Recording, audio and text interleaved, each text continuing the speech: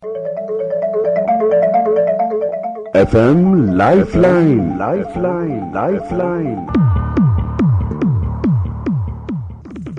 Phone in program FM lifeline में आप सभी का बहुत बहुत स्वागत है।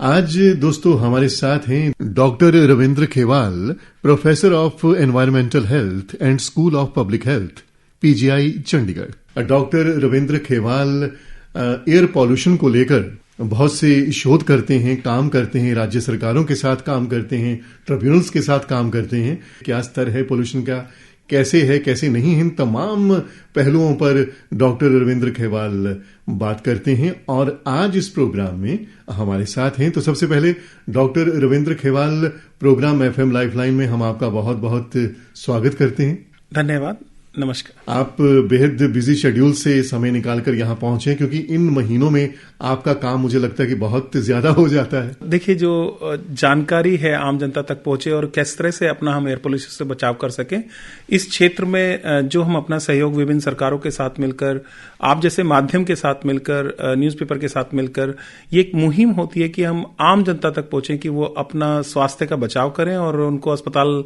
विजिट ना करना पड़े। FM लाइफलाइन में आपका बहुत बहुत स्वागत है जी। नमस्कार सर, मैं सुरेंद्र बात कर रहा था माली से। जी सुरेंद्र जी, कैसे हैं आप? बस बढ़िया सर, बड़ा अच्छा टॉपिक रखा था आपने। हाँ जी, आज डॉक्टर रविंद्र खेवाल हमारे साथ हैं। कहिए, आप क्या कहना चाहेंगे? सर, सवाल ये था कि मैं अपनी सेफ्टी साइड के लिए क्या क्या कर सकता हूँ। जैसे मैं ड्राइवर हूँ सर, तो मेरे को जैसे दिल्ली वगैरह में जाता हूँ तो बहुत दिक्कत आती है। जैसे शीशे खोल के आप गाड़ी नहीं चला सकते, ये वहाँ बहुत पे एनवायरमेंटली नहीं होती है सर। सुरेंद्र जी, आपने बहुत अच्छा सवाल किया। बेसिकली आप हाई रिस्क पॉपुलेशन में आते हैं, यानी कि जिनका एयर पोल्यूशन के साथ वास्ता काफी ज्यादा पड़ता है, क्योंकि आप जिस वाहन को चलाते हैं वो प्रदूषण भी करता है और आप उसके शिकार भी होते हैं। तो आपको इसके लिए इस मौसम में जो सावधानी रखनी है, पहली चीज, अपनी कार के चारों शीशे बंद रखें। जो आपकी गाड़ी का वेंट है उसको ऑन ना रखें, क्योंकि जो पिछला व्हीकल है उसका धुआं आपके अंदर आ सकता है। तो अपनी गाड़ी, क्योंकि आपकी वो स्वच्छ एयर या साफ एरिया से निकल के आती है, तो आप उसको वेंट को बंद रखें। अगर आपको ज्यादा दिक्कत आती है तो आप मास्क का इस्तेमाल कर सकते हैं। ठीक है, thank you so much sir कि इसके अपडेट करने के लिए। जी, आपका सफर हमेशा सुहाना रहे और अच्छा रहे, हम यही कामना करते हैं Surendra ji. Thank you sir. जी डॉक्टर साहब, आपने ये कहा कि वेंट भी बंद रखना है और शीशे भी बंद रखने हैं, तो फिर हवा कहाँ से आएगी? साफ हवा कहाँ से आएगी? जी, हमें ये समझना पड़ेगा कि जैसे हम कहते हैं कि जब प्रदूषण का स्तर बढ़ जाता है तो हम घरों के अंदर रहें। तो घरों के अंदर जिस तरह से हम रहते हैं, तो कार भी एक माइक्रो एनवायरनमेंट है। तो उसके अंदर जो अगर हम वेंट ऑन कर देंगे तो जो बाहर का प्रदूषण है वो अंदर आना शुरू हो जाएगा। आप सोचिए कि पीछे वाले की एग्जॉस्ट है और आपका वेंट है, तो वो आपका एमिशंस जो व्हीकल के अंदर में बढ़ जाएंगे। तो इसलिए हमें ये अपना जो वेंट है उसको बंद रखना है।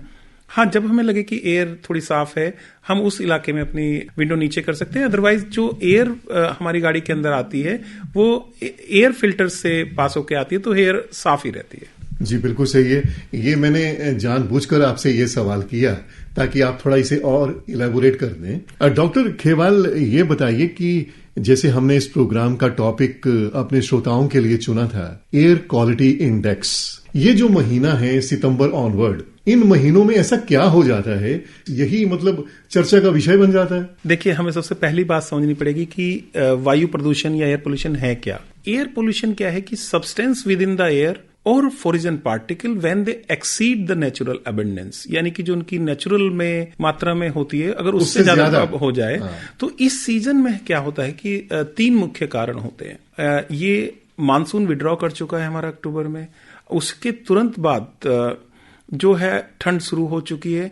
तो मानसून में जो बारिश होती थी वो पोल्यूटेंट की स्कैवेंजिंग करती थी, चाहे वो गैसियस हो या पार्टिकल हो, वो रुक गई है। तो मतलब कभी स्कैटर्ड रेन हो जाए वो बात अलग है। क्या है कि नेचुरली जो डस्ट सेटल हो जाती थी मानसून में बारिश लगातार होने पे, वो नहीं होती है, तो प्रदूषण का स्तर धीरे धीरे बढ़ने लगा। बारिश जाने के बाद जो हमारे पार्टिकल्स होते हैं, गैसियस पोल्यूटेंट होते हैं, उनकी रिव्यूअल मैकेनिज्म है। पहले जैसे पार्टिकल आपस में टकराए, ग्रेविटेशनल सेटिंग हो गई।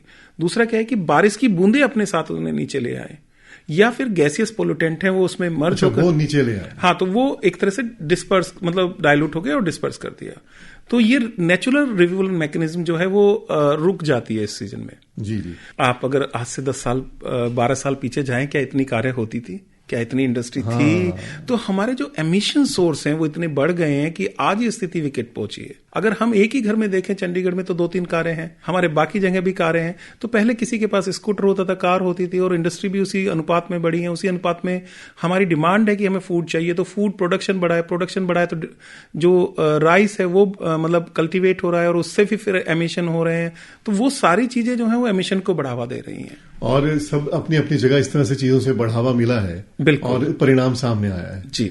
तो डॉक्टर साहब ये बताइए, जब एयर क्वालिटी इंडेक्स की हम बात करते हैं तो केवल दिल्ली, हरियाणा, पंजाब, राजस्थान, मध्य प्रदेश, महाराष्ट्र, इन राज्यों की बात खासतौर से होती है। चंडीगढ़ का नाम क्यों नहीं आता है? चंडीगढ़ में एयर क्वालिटी इंडेक्स जाता है, लेकिन चंडीगढ़ का नाम उतनी प्रमुखता से नहीं आता, जबकि चंडीगढ़ इनके आसपास घिरा हुआ।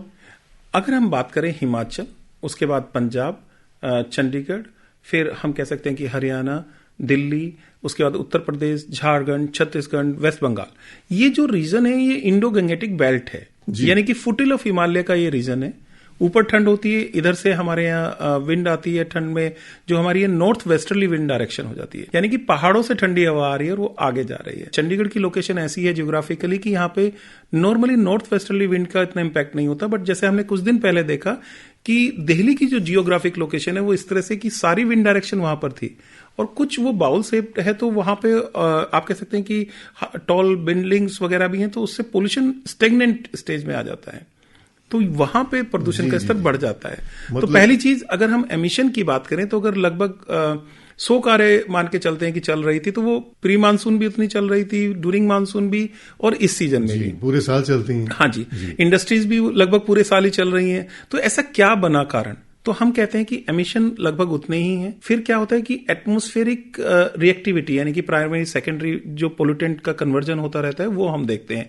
प्राइमरी से आपके सेकेंडरी पोल्यूटेंट बन जाते हैं, वो थोड़ी चेंज होती है। तीसरा क्या है कि मीट्रोलॉजी, तो हमारी जो एक पोल्यूशन की मिक्सिंग होती है, हम कहते हैं कि ट्रोफोस्फेयर है। ट्रोफोस्फेयर जो है उसमें एक एटमॉस्फेरिक बाउंड्री लेयर होती है, कि यानी कि जो प्रदूषण का स्तर होता है, जब आपकी गाड़ी चलती है तो आप देखेंगे कि उसकी धूल जो है वो 2-3 मीटर तक आपको दिखाई दे जाएगी, फिर वो सेटल होने लगती है। तो उसी तरह से वायुमंडल की भी एक डेंस सतह होती है, जिसको हम एटमॉस्फेरिक बाउंड्री लेयर कह सकते हैं। वो गर्मियों में, यानी कि मानसून के दौरान ही थोड़ी कम हो जाती है, बट उस दौरान वो लगभग जहां 1400 मीटर रहती है, वो सर्दियों में लगभग 600 मीटर आ जाती है। अच्छा, ये कारण है। तो आपका जो एमिशन बराबर है, लेकिन वो मिक्सिंग एरिया कम होने की वजह से प्रदूषण का स्तर 3 से 7 गुना तक बढ़ सकता है।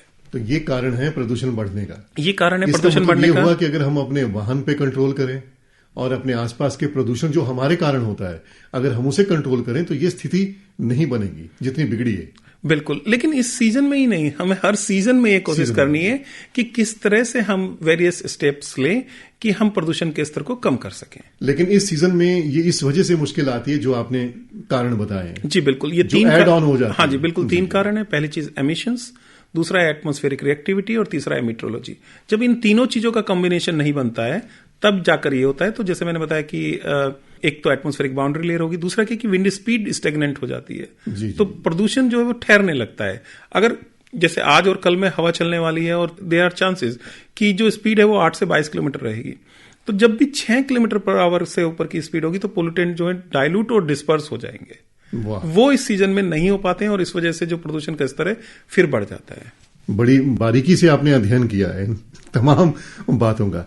अच्छा डॉक्टर साहब, ये बताइए, एयर क्वालिटी इंडेक्स जो है हमारा, उसमें कितनी कैटेगरीज हैं? मुख्य रूप से बात करें तो उसमें 6 कैटेगरी। सबसे पहली बात है कि आपका एक्सीलेंट है, यानी कि 0 to 50, जिसको हम, वो कहाँ मिलता है? वो चंडीगढ़ में मिलता है, मानसून के दौरान पूरे हिंदुस्तान में मिलता है। अच्छा। अगर हम कुछ महीने पहले चले जाएं तो लगभग सारे ही हिंदुस्तान में जो है एक्सीलेंट टू, आप कह सकते हैं, सेटिस्फैक्टरी एयर क्वालिटी थी। लेकिन आपने पहले ये कहा कि पॉल्यूशन जो है, इसकी प्रॉब्लम तो 12 महीने रहती है, तो फिर वो एक्सीलेंट कैटेगरी में कैसे रहा? क्योंकि निरंतर अंतराल पर बारिश होती रहती है। अच्छा। तो जैसे ही बारिश होगी प्रदूषण का स्तर कम होगा, फिर थोड़े दिनों में धीरे धीरे बिल्डअप होगा, और वो पहले लोकल पोल्यूशन जो सोर्सेस होते हैं वो उनसे बढ़ना शुरू होता है। दूसरी चीज हमें ये समझनी पड़ेगी, जब बारिश हो रही है तो जो हमारी लूज सोयल्स है, डस्ट है, वो भी सेटल्ड है। जब बारिश नहीं हो रही है, पिछले 1 महीने से बारिश नहीं है, तो वो भी धीरे धीरे उखड़ने शुरू हो जाती है, और वो डस्ट पार्टिकल भी बढ़ जाते हैं। और आपने देखा होगा कि हम जैसे ही ये थोड़ा ठंड वाला सीजन आता है, थोड़े हमारी कंबशन एक्टिविटी भी बढ़ जाती है। हम लकड़ियों में आग लगा देते हैं, पत्ते जो गिरे हैं उनमें आग लगा देते हैं, जो कि एक तरह से आप कह सकते हैं कि पर्यावरण के हित की बात नहीं है और ये प्रदूषण को बढ़ावा देता है। डॉक्टर साहब, आपको मैं यहाँ रोक रहा हूँ, हमारे एक श्रोता ऑनलाइन है, फिर हम अपनी बातों को आगे बढ़ाएंगे। जी, नाम बताइए, जगह का नाम बताइए। मनीष कुमार दानिया बोल रहा हूँ, बरनाला जी। मनीष जी? हाँ जी, हाँ जी। मनीष जी, क्या हाल है आपका? अच्छे है सर। आपके बरनाला में प्रदूषण का स्तर ठीक है? हाँ, वहाँ ठीक है, संगरूर में ठीक नहीं है जी। संगरूर है ना जो। चलिए, हमारे एक्सपर्ट हमारे साथ हैं, डॉक्टर रविंद्र खेवाल। आप अपना सवाल कीजिए, आपको सही जानकारी मिलेगी बरनाला में। हाँ जी, हाँ जी, हाँ जी। जी, कीजिए अपना सवाल। हाँ जी, नमस्कार जी। नमस्कार सर। एक्चुअली मैं ये चाहता हूँ हम ज्यादा से ज्यादा योगदान पाए, कम से कम पोल्यूशन करें। ज्यादा मैं साइकिल भी चलाता हूँ। बहुत अच्छे प्रयास हैं। देखिए, जो कम्युनिटी लेवल पे आप जैसे जागरूक नागरिक जब सामने आते हैं, जो लोकल डिस्टेंस उन्हें वॉकिंग से पार करते हैं या बाइसिकल यानी कि non motorised mode of transport का इस्तेमाल करते हैं, तो आप प्रदूषण को कम करने में अपना योगदान देते हैं। और हमें अपने आसपास लोगों को मोटिवेट करना है कि वो भी मतलब non motorised mode of transport का इस्तेमाल करें। तो जो आसपास की छोटी डिस्टेंस हैं उसे पैदल जाएं या साइकिल से जाएं। तो आप बहुत बधाई के पात्र हैं। Thank you, thank you. तो मनीष जी, आप बहुत हरा भरा योगदान दे रहे हैं अपने पर्यावरण को बचाने के लिए। हमारा सलाम आपको, शुक्रिया बात करने के लिए। डॉक्टर साहब, हम बात कर रहे थे एयर क्वालिटी इंडेक्स की कैटेगरीज के बारे में। आपने बताया था कि हमारे देश में एक्सीलेंट स्तर भी रहता है। देखिए, मानसून के दौरान आमतौर पर बारिश निरंतर अंतराल पर होती रहती है, जिसकी वजह से हमारा जो एयर क्वालिटी इंडेक्स है वो सेटिस्फैक्ट्री टू, आप कह सकते हैं, एक्सीलेंट ही रहता है। उसका मापदंड क्या होता है? एक्सीलेंट का मापदंड जो है कि सबसे पहली चीज हमें यह समझनी होगी कि AQI है क्या। AQI एक कंपोजिट स्कोर है। कंपोजिट स्कोर क्या है कि हमारे पास सल्फर डाइऑक्साइड है, ऑक्साइड ऑफ नाइट्रोजन है, PM10 है, 2.5 है, 1 है, लेड है। तो हम इसमें 8 पोल्यूटेंट का मिक्सचर लेते हैं।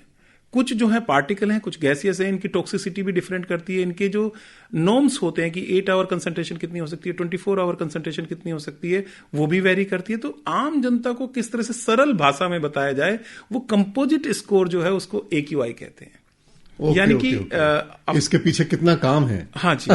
तो बेसिकली 8 पोल्यूटेंट के स्तर को एक पोल्यूटेंट के स्तर में दिखा देना ही एयर क्वालिटी इंडेक्स है। जी जी जी। अब बात आती है कि इसकी कैटेगरीज के बारे में। तो कैटेगरीज इसकी 6 है मुख्य रूप से, जिनमें से जो है सबसे पहले आती है कि एक्सीलेंट, यानी कि 0 to 50।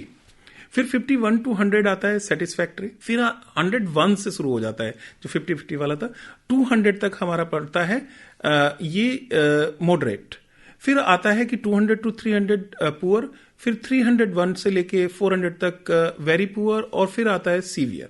और एक नई आजकल कैटेगरी आई है जिसको हम बोलते हैं कि हजार्डस, या मतलब वो 500 से ऊपर हम कह देते हैं कि मतलब थोड़ी मोर सीवियर पोजीशन हो गई है। तो यहाँ ये सवाल आता है कि ऐसी स्थिति, चलिए हम चाहते हैं, दुआएं करते हैं कि ना बने, तो ऐसी कैटेगरी किसी शहर में अगर अनाउंस की गई है तो वहां के जो नागरिक हैं, वहां के रहने वाले हैं, उन्हें क्या ख्याल रखना चाहिए?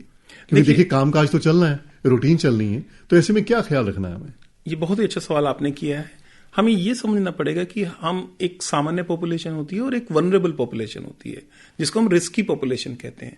जब प्रदूषण का स्तर बढ़ता है तो खासतौर पे छोटे बच्चे, नॉर्मली बिलो 5 ईयर, उसके अलावा प्रेग्नेंट वुमेन, एल्डरली जो हमारी पॉपुलेशन है, प्लस जिनके अंडरलाइंग मेडिकल कंडीशन है या जो अभी भी ऑपरेशन या सर्जरी के थ्रू गए हैं, इन लोगों को अपना स्वास्थ्य के, आप कह सकते हैं कि इम्प्रूव करने के लिए जरूरी है कि वो हाई एयर पोल्यूशन एरिया में ना जाएं, यानी कि उनका एक्सपोजर जो है वो कम रहे। दूसरी बात यह है कि इसको कैसे कम रखें। पहला आपने स्टेप लिया कि आप पोल्यूटेड एरिया में नहीं गए। अगर आपको जाना है तो आपने मास्क का इस्तेमाल किया। कौन से मास्क का इस्तेमाल करें? बिल्कुल, ये हमें जानना बहुत जरूरी है कि हमें N95 मास्क अगर मिल जाता है तो ज्यादा बेटर है। अदरवाइज जो नॉर्मल मास्क है वो N70 है। तो पार्टिकल और आपने उसको फिट कितने अच्छे से पहना है, वो उस हिसाब से पार्टिकल की कंसंट्रेशन आपका एक्सपोजर कम करेगा। अगर लूज है तो फिर लेकिन इसमें भी आपके गैसियस पोल्यूटेंट नहीं कम हो पाएंगे। तो ये सिर्फ आपकी पार्टिकल एक्सपोजर को कम कर पाएगा, ना कि गैसियस पोल्यूटेंट को। तो अच्छा है कि आप ऐसी जगह ना जाएं। दूसरा क्या है कि हैवी एक्सरसाइज आप ना करें। मतलब दौड़ लगाना, और खासतौर पे सड़क के किनारे जहां पे पोल्यूशन का सोर्स भी है, आप वहां पर ना लगाएं। फिर अगर आपको लगता है कि आपकी तबीयत खराब फिर भी हो रही है, तो आप अपने जो कंसल्टेंट हैं, जो आपके डॉक्टर हैं, उनकी एडवाइस लें। अगर आपको अस्थमा है तो अगर आपको अपनी डोज बढ़ाने की जरूरत है तो वो चर्चा आप कर सकते हैं। अच्छा, ये तो आपने बताया जो लोग बीमार हैं, हाँ, जिन्हें कोई ना कोई प्रॉब्लम है। जो स्वस्थ व्यक्ति है, जिसे सुबह सवेरे एक्सरसाइज करने की आदत है और बाहर पार्क में जाने की आदत है, उस एरिया में पॉल्यूशन भी इतना है कि वो उसे अवॉइड भी नहीं कर पाता है, तो ऐसी स्थिति में वो क्या करे? क्या वो एक्सरसाइज को छोड़े कुछ देर के लिए? देखिए, कुछ दिनों के लिए एक्सरसाइज छोड़नी पड़ेगी, और हम एक्सरसाइज छोड़ने की बात ना करके ये कहें कि आप हैवी ब्रीदिंग एक्सरसाइज ना करें। जैसे साइकिल चलाना बहुत तेजी से, आप धीरे धीरे चला सकते हैं, आप योग कर सकते हैं। तो आपको एक्सरसाइज करनी है, बट थोड़ा अल्टरनेटिव वे में करनी है। और वो भी अगर आप इंडोर एनवायरनमेंट में, जैसे कि हम एक क्लोज एनवायरनमेंट में भी बैठे हैं, तो जब आपके खिड़की दरवाजे बंद हैं तो आप तब करें। और इंश्योर करें कि आपके घर के आसपास साफ सफाई रहे, कूड़ा ना जले, और जो घर के अंदर की सफाई है वो वेट मॉप से करें। मतलब अगर आप सूखे कपड़े से करेंगे तो इधर का पोल्यूशन उधर ही, डस्ट पार्टिकल इधर उधर सेटल हो जाएंगे। तो हम गीले कपड़े से घर की सफाई करें तो घर के अंदर और ज्यादा साफ रहेगा। साथ के साथ आपके पर्दे वगैरह हैं, उनकी भी साफ सफाई रखें। मिट्टी साफ करने के लिए मिट्टी को झाड़ना शुरू ना कर दिया जाए। जी बिल्कुल, उससे और पोल्यूशन जो ज्यादा हाँ, तो इसीलिए वेट यानी कि गीला कपड़े से सफाई करेंगे। जी जी जी, उससे और प्रॉब्लम आ जाएगी। अच्छा डॉक्टर साहब, ये बताइए कि आप इतनी सारी स्टडीज करते हैं, शोध करते हैं, हर राज्य सरकार के साथ आप काम करते हैं इस मामले में, और 12 महीनों करते हैं, और तभी आज आप हमारे सामने बैठे हैं और इतनी सरल तरीके से आप समझा पा रहे हैं हमारे श्रोताओं को। आपकी एक स्टडी ने बताया है कि जो फील्ड फायर है वो 67 या 60% हो गई है पंजाब में, और मतलब कम हुई है, और 15% हरियाणा में कम हुई है। और एक तरफ ये कहा जा रहा है कि खेतों में आग लगने की वजह से पॉल्यूशन में जो स्तर है वो बढ़ा है। देखिए, जो बाकी कारण है पॉल्यूशन के वो अपनी जगह हैं।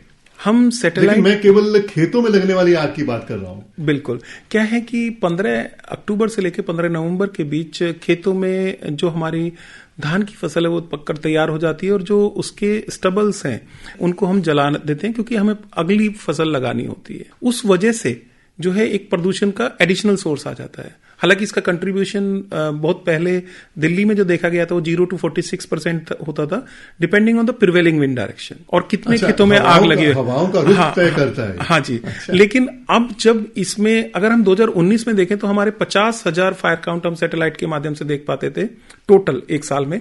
वो हमने देखा कि 2020 में बढ़कर लगभग 90,000 हो गए थे, 21 में थोड़े उससे भी ज्यादा बढ़ गए थे। जब हम बात करें 22 की तो इसमें लगभग 45% डिक्लाइन आई, और फिर ये 50 हो गया। और अभी तक हम जो देख पा रहे हैं वो जो टोटल काउंट है वो 20,000 के आसपास है। यानी कि 6 नवंबर तक या 7 नवंबर तक ये लगभग 20,000 कुछ था, 2,000 कुछ है हरियाणा और पंजाब में, और जो पंजाब का काउंट है वो रफली 90%, 18,000, और 22,000 के करीब जो है वो हरियाणा का है।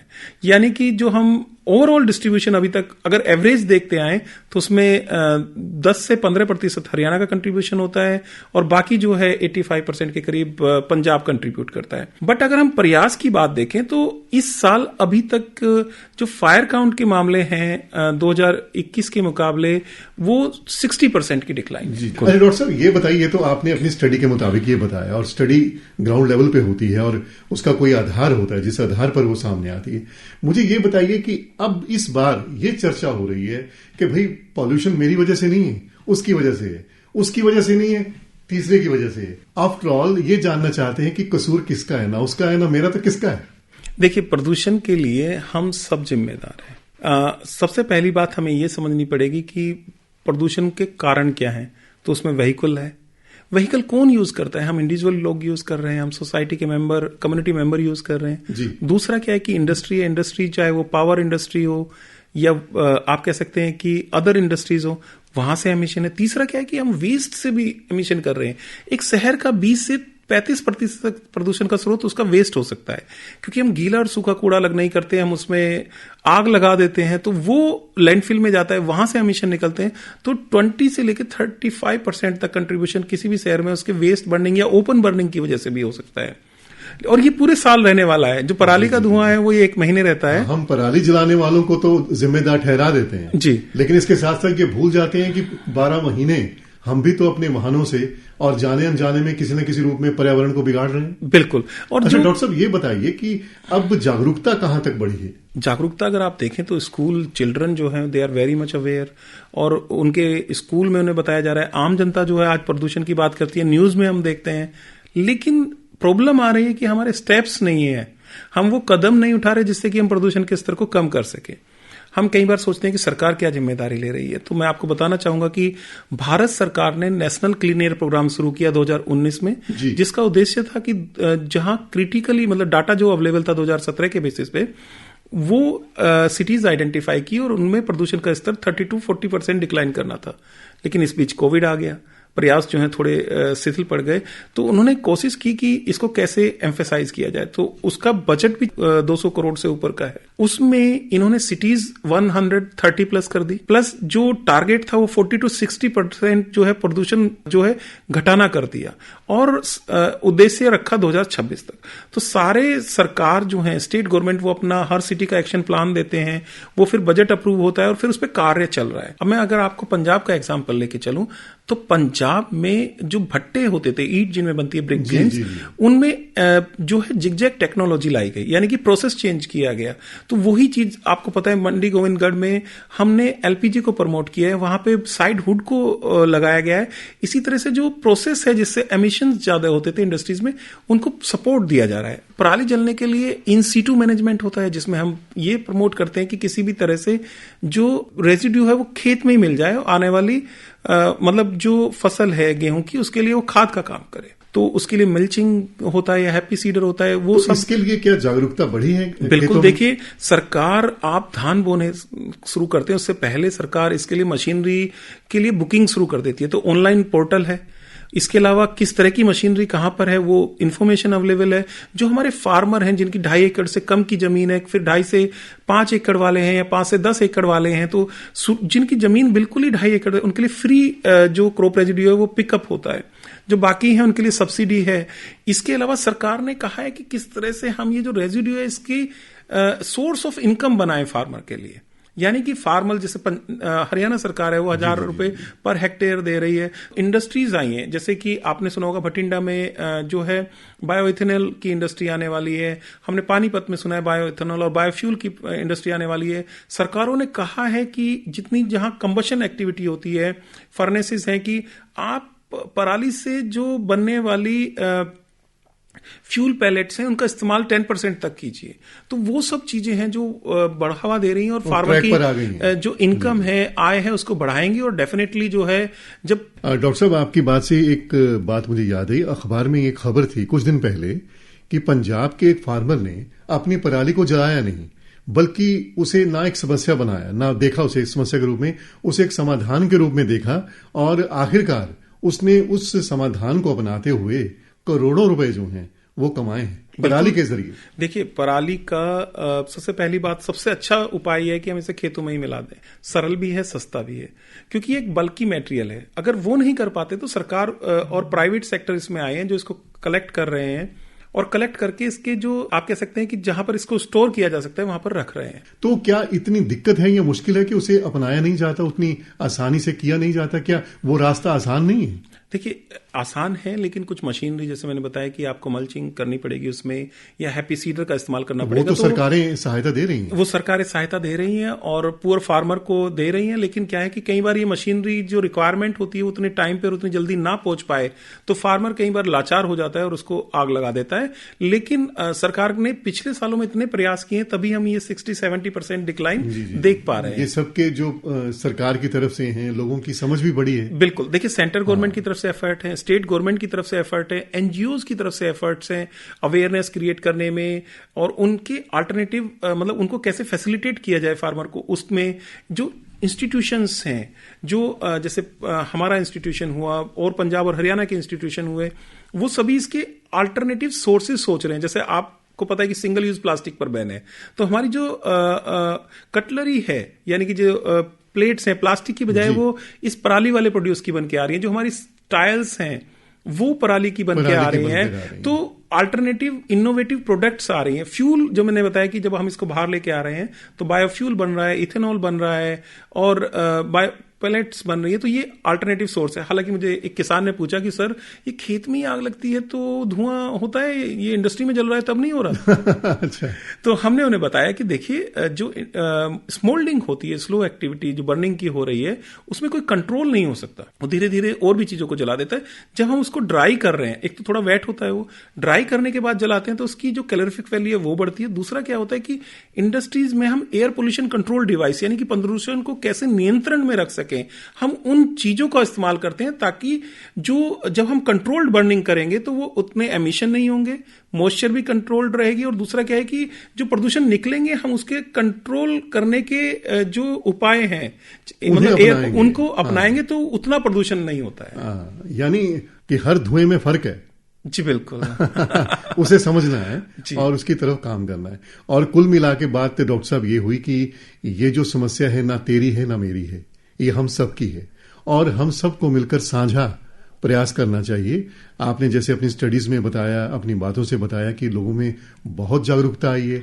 भारत सरकार ने और राज्य सरकारों ने किसानों को और ऐसे लोगों को बहुत सारी सुविधाएं दी हैं। तो इस प्रोग्राम में अब समय है अनुमति लेने का, लेकिन उससे पहले आज इस प्रोग्राम के जरिए आप हमारे श्रोताओं को क्या कहना चाहेंगे कि वो अपने पॉल्यूशन को कैसे कंट्रोल करें और अपने आसपास के वातावरण को कैसे स्वच्छ बना के रखें इन खास महीनों में? कुछ कारण तो आपने बताए जो मौसम की वजह से हैं, जो हमारे हाथ में हैं, हम क्या कर सकते हैं?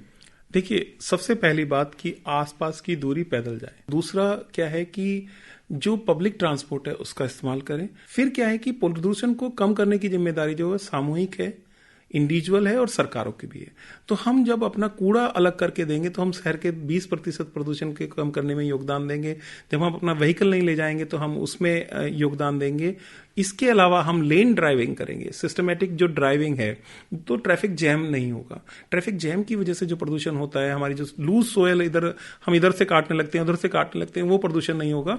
और जब आप रेड लाइट पे हैं तो अपना इंजन बंद कर दीजिए। आपको पता है इस समय हमें एयर कंडीशनिंग की जरूरत नहीं है, और सिंपल ऑन मतलब आइडल करिए ताकि आपका फैन चलता रहे और वो फिल्टर के थ्रू एयर आती रहे। अच्छा डॉक्टर साहब, आपसे पूछें, आप जैसे शोध में लगे रहते हैं, तो आजकल नया सब्जेक्ट इस मामले में कुछ और भी शुरू किया आपने? हम लोग हेल्थ सेक्टर प्रिपेयर्डनेस कैसे करनी है, यानी कि पहली चीज डॉक्टर्स हुआ, फार्मासिस्ट हुआ, नर्स हुई, उनका रोल कैसे है, कैसे पहचानेंगे कि एयर पोल्यूशन से ये बीमारी हो सकती है। तो हम उनके लिए कार्यशाला करते हैं, उनके लिए हमने गाइड बुक बनाई है भारत सरकार के मिलके।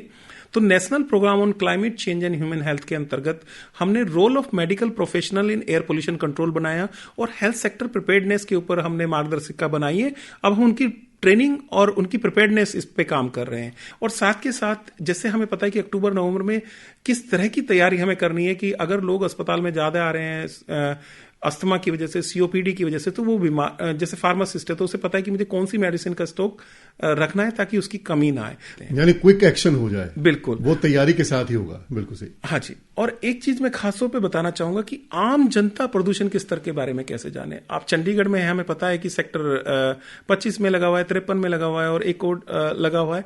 हमें ये समझना है कि समीर ऐप है, SAMEER, ये सेंट्रल पोल्यूशन कंट्रोल बोर्ड। आप समीर ऐप डाउनलोड करेंगे तो आपको ये ऐप आपके गूगल प्ले स्टोर या आईफोन का जो ऐप है उसमें मिल जाएगा और वहां से आप इसको डाउनलोड करिए और आपके शहर का आप प्रदूषण का स्तर इस पर जा सकते हैं। दूसरी बात हमें समझनी पड़ेगी कि इस पे ही आपको AQI दिखाई देगा, हर शाम 4 बजे वो AQI रिलीज करते हैं। तीसरी चीज, आपके आसपास कोई कूड़े को आग लगा रहा है, आपके आसपास कोई प्रदूषण का स्तर है, आप अपनी कंप्लेन रजिस्टर करा सकते हैं और आपको देखेंगे कि 24 आवर के अंदर अंदर उस पर कार्रवाई होगी। और ये भारत सरकार की तरफ से ये प्रयास किए गए हैं ताकि प्रदूषण के स्तर को कम किया जाए। तो यहां आपसे बात करने के बाद ये मालूम चला कि किस तरह से PGI, भारत सरकार या राज्य सरकारें काम कर रही हैं। तो सब अपने अपने स्तर पर काम कर रहे हैं और ऐसे में हमें अपनी जिम्मेदारी नागरिक के तौर पर समझनी है और देर ना हो इसके लिए हमें अभी से संभलना होगा और काम निरंतर करते रहना होगा। जी बिल्कुल, जिस तरह से आप कर रहे हैं, आपकी टीम कर रही है। अच्छा, तो डॉक्टर साहब, जाने से पहले एक सवाल और हमारे जहन में आया कि पटाखे जो हैं वो काफी पॉल्यूशन करते हैं, एक स्तर जो है बहुत ज्यादा हो जाता है, तो क्या किया जाए पटाखों को लेकर? देखिए, पटाखों को लेकर सुप्रीम कोर्ट की डायरेक्शन आई है कि अब ग्रीन क्रैकर्स से इस्तेमाल किए जा सकते हैं, और जहां पे प्रदूषण का स्तर आप कह सकते हैं कि पुअर से ऊपर है, वहां पे क्रैकर्स अवॉइड करने चाहिए।